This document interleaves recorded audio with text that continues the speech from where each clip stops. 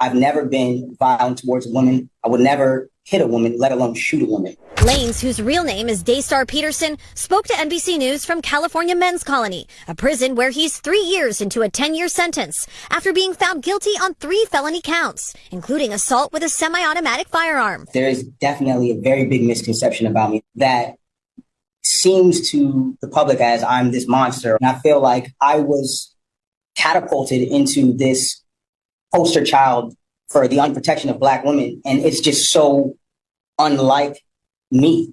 And I've never really had a chance to express that. But you can look at my criminal record. I don't have one. I never had one. And I feel like, that connotation that I would do anything of this monstrous proportion is just, it's completely incorrect and it's wrong. Lanez declined to testify during his 2022 trial. Do you regret not taking the stand?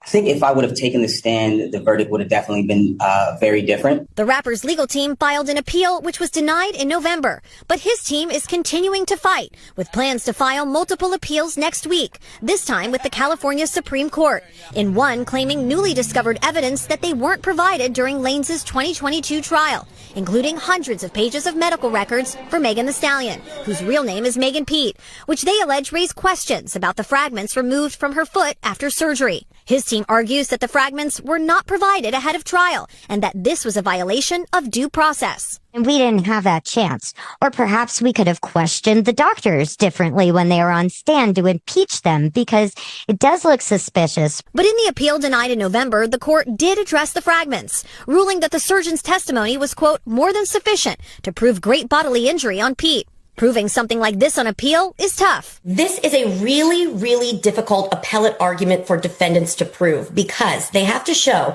if the evidence actually came into court, the jury would have found differently. It's an uphill battle, and it's something that often torpedoes any defense appellate argument. The Los Angeles District Attorney's Office and representatives for Megan Thee Stallion have not responded to NBC News' request for comment. I believe not only that I was wrongfully convicted, but the amount of new evidence that has emerged since that trial, I think, has been overwhelming. What has life been like in prison for the last couple of years? Truthfully, I've done my best to keep my head above water, but mentally, I've gone through trauma that I sometimes even struggle with, because I've never imagined myself dealing with things that I would have to deal with. I've been stabbed 17 times. I almost lost my life. If you could say something to Megan Thee Stallion today, what would it be? I think that I wouldn't say something directly to her. I would like that moment to happen in person. We've both gone through a lot. There's this connotation that, like, I share this hatred for her, but I don't. I genuinely passed that. I'm at a place of healing in my life. I'm at a place of taking accountability for the things that I did wrong. And when I talk about my case, I don't want it to be taken as me coming at her, because it's not that. I'm just asking for somebody in the system to look at my case and look at the evidence and ask if this was fair.